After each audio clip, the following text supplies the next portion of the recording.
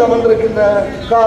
ரூபா ஈஸ்வரி அவர்கள் வரவேற்புரையை மிக சுருக்கமாக வழங்கி எனக்கு உதவி செய்திருக்கின்ற கவிஞர் கு. மனோகரன் அவர்கள் இசைப்பாடல்கள் பாடி மகிழ்வித்த அன்பிற்குரிய மருமகன் மூயி அப்துல் ரஹ்மான் அவர்கள், அன்பு மகள் பா. கலைச்செல்வி அவர்கள், நடனம் வழங்கிய கலைமகள் நடன வித்யாலயாவுடைய மகபூபா பேகம் அவர்கள், கவியரசு கண்ணதாசன் படத்தை திறந்து வைத்திருக்கின்ற அன்னைக்குரிய எங்கள் புரவலர், அன்பிற்குரிய நல்ல இலக்கிய ரசிகர் பி. போ. சுருளிவேல் அவர்கள், கம்பநகர் தியாகிகள் படத்தை திறந்து வைத்து சிறப்பித்திருக்கின்ற சின்னமனு நகர்மன்ற உறுப்பினர் கா. நயினார் முகமது அவர்கள், தமிழ் கவிஞர்கள் படத்தை திறந்து வைத்து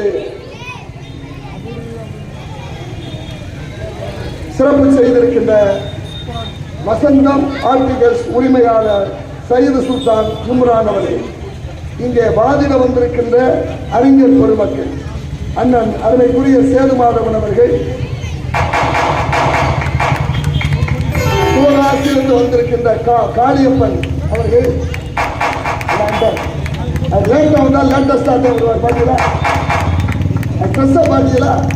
அவர் வயசுக்கு அதுக்கு சம்பந்தமே இல்லை. இப்ப 3வது சம்சாரம் அவருக்கு ரெடி பண்ணிட்டு இருக்கார். அந்த அளவுக்கு அப்படி வீரியமா விளையாட்டுலாம் இல்லை.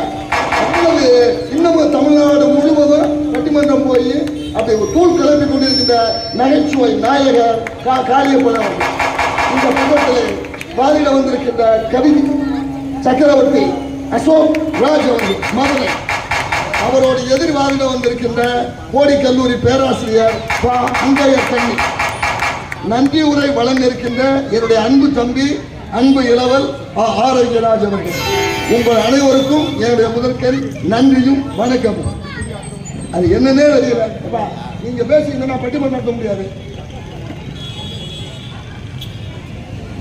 எல்லாம் ஆயத்தமா நீங்க கொண்டு வரணும். இங்க வந்து பட்டிமன்றம் நடத்த கூடாது.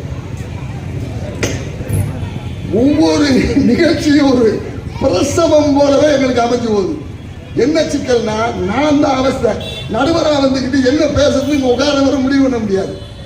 அவங்களாம் பயங்கர அதெல்லாம் பாருங்க எடுத்து பிஹெச்டி பண்ற அளவுக்கு அப்படியே பயங்கரமா வந்துட்டு நம்ம அசோக் ராஜ் ஆயத்தத்தோட இந்த பக்கத்தில் ஒரு பெரிய குறிப்பு புத்தகமே சிவகாசியில இருந்து அங்கேயும் கண்ணி ஒரு பெரிய பேரை எடுக்கும் டைரி. ஆனா எனக்கு இந்த இழுத்து போட்டு அவசியிலே நேரம் ஒவ்வொரு நிகழ்ச்சியிலும் மழை இப்போது வருமோ அப்போது வருமோ என்று இருக்கின்ற பொழுது எப்போது வந்தாலும் நாங்கள் பட்டிமன்றம் கேட்க திரண்டு வருவோம் என்று வருகிறது அமர்ந்திருக்கின்ற ரசிக பெருமக்கள் அத்தனை பேருக்கும் என்னுடைய மனமார்ந்த நன்றியும் வணக்கமும் மறுபடியும் தெரிவித்துக் கொள்கிறேன். நாளை 2 முதல் பகல் 3 மணி வரை தம்பி திரையரங்கத்திலே நம்முடைய ஊர்வலம் புறப்பட இருக்கிறது. கோடை பண்பலை நேரடியாக வந்து நேரடி ஒளிபரப்பு வந்திருக்கிற அத்தனை பேரும் கோடை பண்பலையில பேசலாம் என்பதை மறுபடியும் சொல்லி இப்பொழுது பட்டிமன்ற தலைப்பு என்றும் வாழும் திரைப்பட பாடல்களை தந்தது. ஒரு லைட் அந்த பக்கம் இருக்குது, இந்த கண்ணு கூசு. அவங்க ஆடியன்ஸ் எப்படி சிரிக்கிறாங்களா, கோவப்படுறாங்களா, கலைச்செல்வி பண்ணு மட்டும் தான் எனக்கு தெரியுது. ஏன்னா என்னையோட சிவப்பது. ஆனால் பாரதி தமிழ் இலக்கிய பேரவை நீங்களும் வெளிச்சத்திற்கு வர வேண்டும், நாங்களும் வெளிச்சத்தில் இருக்க வேண்டும் என்று நினைக்கிறது. அந்த ஒளி அமைப்பு தந்த அண்ணன் சொக்கர் அவர்களுக்கு நன்றி கூறி கொஞ்சம் உங்க சட்டத்தை பொறிச்சிட்டீங்கன்னா 10 போயிடுவோம். என்றும் வாழும் திரைப்பட பாடல்களை தந்தது கவியரசு கண்ணதாசனா வாலிப கவிஞர் வாலிபா. ஆரம்பத்திலேயே இலக்கிய பேரவையில் குசும்பு பிடிச்ச ஆளுங்க ரொம்ப இருக்காங்க. பொதுவாக தமிழ் படிச்சவங்களுக்கு என்னைக்குமே குசும்பு கூடுதலா இருக்கும். அதனால இப்ப தமிழ் படிச்சவங்கள இதுக்கெல்லாம் ஒரு வார்த்தையை பாருங்க, என்றும் வாழும், என்றும் வாழும். இது ஏன் கொடுக்கணும்? ஏன்னா இப்ப பாட்டு போட்டிருக்காங்க. இப்ப லூசு பெண்ணே லூசு பெண்ணே லூசு பெண்ணே லூசு பையே உண்மையிலதான் லூசா சுத்துற. அப்புறம் லூசு லூசு பண்ணதான சுத்தம். இது என்றும் வாழுமா அந்த பாட்டு? இன்னைக்கு காணாம போச்சு. எங்களை மாதிரி யாராவது 2 பேர் சொன்னாட்டே ஞாபகம் வருது. இந்த பாட்டு ஞாபகம் இருக்கா? ஆனா அன்னைக்கு கண்ணதாசன் போட்ட பாட்டும் வாலி போட்ட பாட்டும் இன்னைக்கு வரை நிக்குது இல்லையா? அப்படி என்றும் பாடும் பாடல்கள் மனசுக்குள்ள வந்து உட்காந்துருக்கணும், மத்தாப்பு போட்டு உட்காந்துருக்கணும். உன்னை சொன்ன நாங்க ஒரு பாட்டு ஆரம்பிச்சோன்னே புதுப்பட்டி மனோகர் ஒரு பழக்கம் வச்சிருக்காரு. சார் இந்த படத்துல இந்த பாட்டு சார், இங்க பாடுனது சார், வழக்கறிஞர் முத்துக்குமாரன் அவர்களுக்கு நன்றி அப்படின்னு சொல்றாங்கல்ல. அப்ப அந்த எங்கும் வாழும் பாடல்கள் மனசுக்குள்ள உட்காந்துருக்கு இல்லையா? அப்ப அந்த பாடல்களை தந்ததியா? சும்மா பாட்டு எல்லாம் எழுதலாம், நான் கூட எழுதலாம்.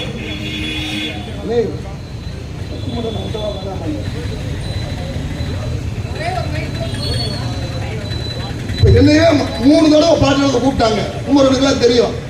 ஐயா எனக்கு அதுக்கு லாய்க்கப்படாதியா, அந்த அளவுக்கு நமக்கு தத்தகாரம் தெரியாது, இசை அறிவு கிடையாது, மொழி அறிவு கிடையாது, சால்ரா தட்ட தெரியாது. போத சினிமாவில் அதெல்லாம் வேணும். எல்லா வேலையும் பார்த்தா தான் திரைப்படத்தில் நிற்க முடியும். அதனால எங்களுக்கு வேணாம்னு ஒரு கும்பிடு போட்டு சொல்லிட்டோம். ஏன்னா அதற்குரிய தகுதி இருக்கணும். இப்போ ஒரு சின்ன உதாரணம் சொல்றேன். ஒரு மருத்துவமனை, அது எதுன்னு சொல்லக்கூடாது, அந்த மருத்துவமனையில் திடீர்னு நைட்டு 12 மணி ஒரு செத்து போற, மறுநாள் நைட்டு 12 மணி ஒரு முடிவு எடுத்து இதை கண்டுபிடிக்கணும்னு அந்த 12 மணிக்கு வேலை பார்க்கிற 25 டாக்டரும் ஸ்டெத்து என்னென்ன கருவி இருக்கோ பாரதி அந்த பட்டிமன்றத்தை நாளைக்கு நடத்தலாம். என்ன அப்படி கண்டுபிடிக்கணும்னு சுத்தி சுத்தி வந்து ஆயத்தமா எந்த உயிர் அப்படின்னாலும் கண்டுபிடிச்சிடணும், காப்பாற்றிடணும் அப்படின்னு ஆயத்தமா நிக்கிறாங்க.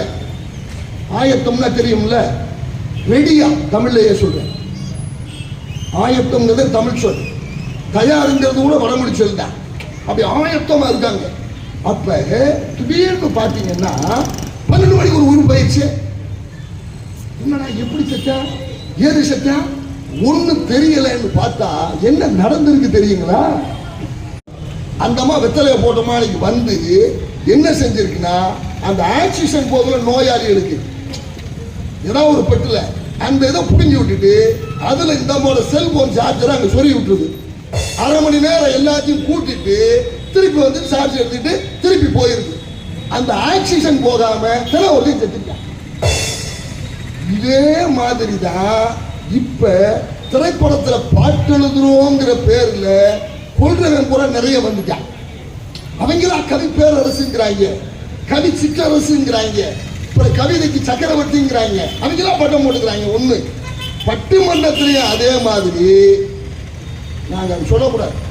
ஏன்னா அதை எங்க பல்ல குத்தி மோந்து போட்ட மாதிரி ஒரு காலத்துல பட்டிமன்றத்தில் இதே இடத்துல போட்டுக்கிட்டு பாப்பையாவும் தமிழ் குடிமகனும் துரைராஜ் ஐயாவும் கையெழுத்து கும்பிடணும், கற்பில் சிறந்தவள் கண்ணகியா மாதவியா அப்படிலாம் இலக்கியம் கொடுத்து மக்களுக்கு வளர்த்த காலம் ஒன்று இருந்தது.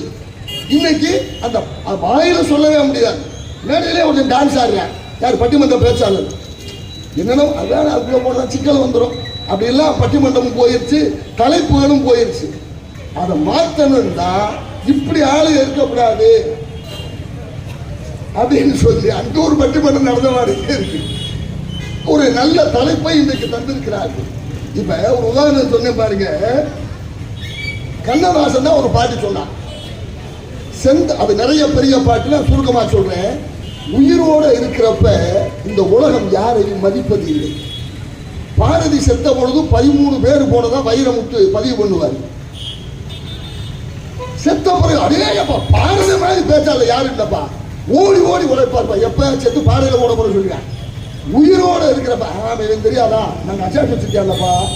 இது நம்ம பழக்கம், தமிழனுக்கே உரிய பழக்கம். ஒருத்தர் முன்னேறிட்டா நம்மால் பொறுக்கவே மாட்டான். அதை கண்ணதாசன் பதிவு பண்ணா, செந்தமிழ் மாகவிக்கு மரணம் அது வந்த பின்பு பெருமை ஜனனம். ஒவ்வொன்னா சொல்லலாம். வாழும் அந்த ஒரு குருத்து முளைச்சோடனே வாழை செத்து போகும், நண்டு குஞ்சு பொறிச்சோடனே செத்து போகும் சொல்லிட்டே வருவான். சொல்லிட்டு செந்தமிழ் மாகவிக்கு மரணம் அது வந்த பின்புதான் பெருமை ஜனனம் தான். ஆனா இந்த 2 கவிஞரும் வாழும் போதும் ராஜா, வாழ்ந்த பின்னும் ராஜாவா இருக்க 2 கவிஞர்கள். அவங்க பாட்டு ஒரு ஆரம்பத்திலே கொஞ்சம் கிளுகிழுப்பா இருக்கணும், ஏன்னா கொஞ்சம் மோடம் போட்டுருக்கா, ஒரு கிளுகிழுப்பாவே ஆரம்பிப்போம். ஒரு ஃபர்ஸ்ட் நைட் எல்லாருக்கும் அப்படியே ஞாபகம் அங்க போகுது, ஆமா நமக்கு நடந்துச்சுன்னு அப்படின்னு. அதுல ஒரு காட்சி கண்ணதாசன் வைக்கிறார். எப்படி வருவா, பொண்ணு உட்கார்ந்துருப்பா, ஆண் அங்க இருந்து வருவார். இது எல்லாத்துக்கும் தெரியும். இதுதான் காட்சி. ஒரு திரைப்படம் பச்சை விளக்குன்னு நினைக்கிறேன் அந்த படம். உடனே கேட்டாதான் கரெக்டா சொல்லுவார். அப்ப என்ன நடக்கும்ங்கிறத ஆபாசமே இல்லாம பதிவு பண்ணியிருப்பார் கண்ணதாசன். மெல்ல மெல்ல அருகில் வந்து மென்மையாக கையை கொண்டு அள்ளி அள்ளி அணைக்கத்தாவுமே, நீயும் அச்சத்தோடு விலகி ஓடுவா. நம்ம மியூசிக்லாம் அவ்வளவுதான். அதாவது மெல்ல மெல்ல அருகில் வந்து பண்புகளை இறுக்கி பிடிச்சிடக்கூடாது, இல்ல பயந்து ஓடுறோம். மென்மையான கையை தொட்டு வரிய பாருங்க. மெல்ல மெல்ல அருகில் வந்து மென்மையாக கையை தொட்டு அள்ளி அள்ளி அணைக்கத்தாவுவே. அவசரப்படுதா அப்படின்னா, ஆனா பொண்ணு அப்படி இல்ல, வெக்கப்படுவான். அண்ணே அப்படி பண்ண அங்க வச்சுக்கிறவங்க. அடுத்து அவன் என்ன செய்வான், அச்சத்தோடு விலகி ஓடுவாயினா. தமிழக பெண்களுடைய மரபை கண்ணதாசன் ஒரு முதலுறவு காட்சிக்குள்ளே இவ்வளவு கண்ணியத்தோடு பதிவு செய்த ஒரு காட்சி அன்னைக்கு திரைப்படத்தில் வந்துச்சு. நம்ம ஆளு வாலியார் சாதாரண ஆள் இல்லை. அதே அப்பா மூக்குத்தி பூ மேலே காத்து உட்கார்ந்து பேசுதம்மா, அது உட்கார்ந்து பேசையிலே தேனி உள்ளூர ஊருதம்மா. பாட்டுல கவனிங்க. மூக்குத்தி பூ பார்த்துருக்கீங்களா? தாத்தா பூ சுண்டி விடுவோம். இருக்கா? அந்த மூக்குத்தி பூ மேல காத்து உட்கார்ந்து மென்மை உட்கார்ந்து பேசுதான், பேச்சுவார்த்தை நடத்துதான். எப்படி காற்று அது சொல்லிட்டு அது உட்கார்ந்து பேசையில தேடும் உள்ளூர ஊருதான். இது பல்வேறு அர்த்தங்கள். இது அப்ப ரெண்டு பேரும் போட்ட பாட்டு. இன்னைக்கு அதே முதல்வருக்கு நம்மால் இன்னைக்கு பாட்டு போட்டிருக்காங்க. மேகம் கொண்டு வா மெத்தையில் கட்டி வை, இது முதல் இரவு. படிக்கிறதுக்கு அது பயமா இருக்கு. மேகம் கொண்டு வா மெத்தையில் கட்டி வை, தாகம் கொண்டு வா கண்ணுக்குள் கட்டி வை, இன்று முதல் இரவு, இன்று முதல் இரவு. பேயா பெசாசாடா, பக்கத்துல போறது பேயா பெசாசா. அந்த கண்ணதாசன் எப்படி போட்டா, மெல்ல மெல்ல அருகி வந்து மென்மையாக கையை தொட்டு அள்ளி அள்ளி